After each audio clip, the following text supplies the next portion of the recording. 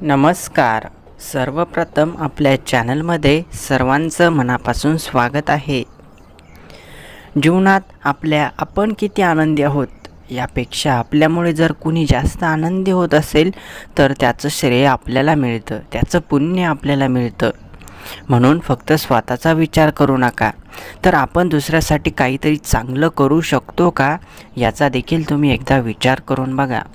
कारण ते मिळालेलं पुण्य तुम्हाला तुमच्या भविष्यामध्ये खूप कामी येणार आहे. जीवनाचा प्रत्येक टप्पा जो आहे तो एका विशिष्ट गोष्टींवरती अवलंबून असतो. बालपण आहे, त्यामध्ये तुम्ही कोणाला जास्त मदत करू शकत नाही, परंतु थोडीफार का होईना तुम्ही हातभार इतरांना लावू शकता, घरच्यांना लावू शकता. त्यानंतर तरुणपणामध्ये तुम्ही जरूर इतरांना आपल्या शक्तीचा वापर करून मदत करू शकता. आणि जेव्हा तुम्ही 20च्या पुढे जाल, ज्यावेळेस तुमच्याकडे पैसा येईल, तुम्ही कुठेतरी नोकरी कराल, काम कराल, तेव्हा तुम्ही इतरांना आर्थिक मदत करू शकता, इतर कुठल्याही प्रकारे तुम्ही मदत करू शकता. अशाच प्रकारे जीवनाचा गाडा चालत असतो. प्रत्येक टप्प्यामध्ये वेगवेगळी कामे आपल्याला करावी लागतात. म्हणून लक्षात घ्या, जीवनाच्या या क्रमामध्ये तुम्हाला जेवढं पुण्य कमावता येईल तेवढं पुण्य तुम्ही नक्की कमवा. तुम्ही कधी फसलेही जाणार नाही आणि तुम्हाला कोणी फसवणार देखील नाही. कारण या काळामध्ये तुम्हाला भरपूर असं ज्ञान मिळालं जाईल आणि ते ज्ञान तुम्हाला खूप कामी येणार आहे. ज्याच्याकडे ज्ञान नाही त्याने ते मिळवायचं आहे आणि ज्याच्याकडे ज्ञान आहे त्याने ते इतरांना द्यायचं आहे. कारण ज्ञान इतरांना दिल्याने ते कमी होत नाही, तर त्यामध्ये आणखी भर पडते, आणखी ते वाढतं. म्हणून ज्ञान इतरांना द्यायला नक्की शिका. जीवन किती मोठं आहे यापेक्षा ते किती सुंदर आहे हे महत्त्वाचं आहे. भक्ती करताना नेहमी मनामध्ये श्रद्धा ठेवावी, विश्वास ठेवावा आणि मगच भक्ती करावी. मनामध्ये अंधश्रद्धा अजिबात नको, फक्त आणि फक्त श्रद्धा असायला हवी. कुणी आपल्याला काही प्रश्न विचारले तर त्या प्रश्नांची उत्तरे आपल्याला समोरच्याला देता आली पाहिजे. समोरचा तुम्हाला विचारू शकतो की तुम्ही ही भक्ती का करता, यातून तुम्हाला काय मिळतं. त्याला स्पष्ट सांगायचं, मला यातून माझ्या मनाला समाधान मिळतं, मी माझ्यासाठी ही भक्ती करतोय, माझा विश्वास आहे, परंतु अंधश्रद्धा मी अजिबात पसरवत नाही, असं स्पष्ट शब्दामध्ये सांगून मोकळं व्हायचं.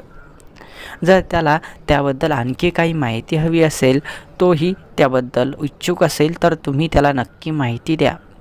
कारण जर कोणी भक्ती करण्यासाठी उत्सुक असेल तर त्याला भक्त परिवारामध्ये सामील करून घेण्यासाठी उशीर करायचा नाही. लगेच त्याला काय ज्या अटी नियम आहेत ते सांगून लगेच आपल्याला आपल्या भक्त परिवारामध्ये त्याला सामील करून घ्यायचं आहे.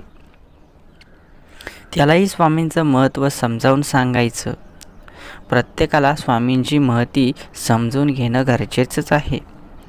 कारण आपण जर कुठलीही माहिती जाणून न घेता फक्त भक्ती करत राहिलो तर आपल्याला त्यामागे असलेलं सत्य समजणार नाही. स्वामी कसे होते, काय होते, त्यांनी काय केलं, हे सर्व आपल्याला वाचून घेणं खूप गरजेचं आहे. काही जुनी लोक आहेत ज्यांना वाचता लिहिता येत नाही, त्यांच्यासाठी ठीक आहे, परंतु आजचे जे सुशिक्षित आहेत त्यांनी देखील त्यांचा जीवनक्रम कसा झाला, काय झाला हे समजून घेणं खूप गरजेचं आहे. कारण जर आपण इतरांना काही सांगू इच्छितो तर आपल्याला ते वाचल्यानंतर जी काही ज्ञान मिळेल ते आपण इतरांना देऊ शकतो. त्यामुळेच हे आपण वाचायलाच हवं. जीवनाचा क्रम खूप सोपा आहे. दुसऱ्याचं चांगलं करा, आपलं आपोआप चांगलं होईल. परंतु ज्यावेळी दुसऱ्याचं वाईट कराल तेव्हा आपलं कधी वाईट होईल हे समजणार देखील नाही. म्हणून लक्षात घ्या, जीवन सुंदर आहे, त्याला आणखी सुंदर बनवा, त्याला वाईट बनवू नका. जेव्हा कधी तुम्हाला स्वामींची मदत लागेल, स्वामी तुम्हाला नक्की मदत करतील. परंतु स्वामी मदत करतील हे दुसरं कोणी तुम्हाला सांगून फसवत असेल तर विश्वास ठेवू नका. कारण दुसरे लोक अनेक व्हिडिओ असे बनवत आहेत ज्यामध्ये सांगण्यात येत आहे की तुम्ही असा असा उपाय करा, हा उपाय करा, तुम्हाला हे भेटेल, ते भेटेल, अमकं भेटेल, तमकं भेटेल. परंतु लक्षात घ्या, जीवनात भक्ती, श्रद्धा, विश्वास, कष्ट केल्याशिवाय कुठल्याही प्रकारे काही तुम्हाला मिळणार नाही. तुमच्या कष्टाला भगवंताची साथ आहे हे समजून घेणं खूप गरजेचं आहे. ज्यावेळेस तुम्हाला असं वाटेल की तुम्ही हा उपाय केल्याने तुम्हाला काहीच फायदा झाला नाही, तेव्हा तुम्ही निराश व्हाल आणि त्यानंतर तुम्हाला वाटेल की देव नाही, आपण हे उगाच करतो आहे. परंतु असे खोटे उपाय करू नका. जे स्वामींच्या पुस्तकात आहेत, जे तारक मंत्र आहे तो जप करा, स्वामींच्या पुस्तकातील उपाय करा. परंतु कोणीही व्हिडिओ बनवून सांगितलेले चुकीचे उपाय मात्र कधीच करू नका. कोणी सांगतात की लवंगाचे उपाय करा आणि करोडपती व्हा, कोणी सांगते हळदीचे उपाय करा आणि एका रात्रीत करोडपती व्हा.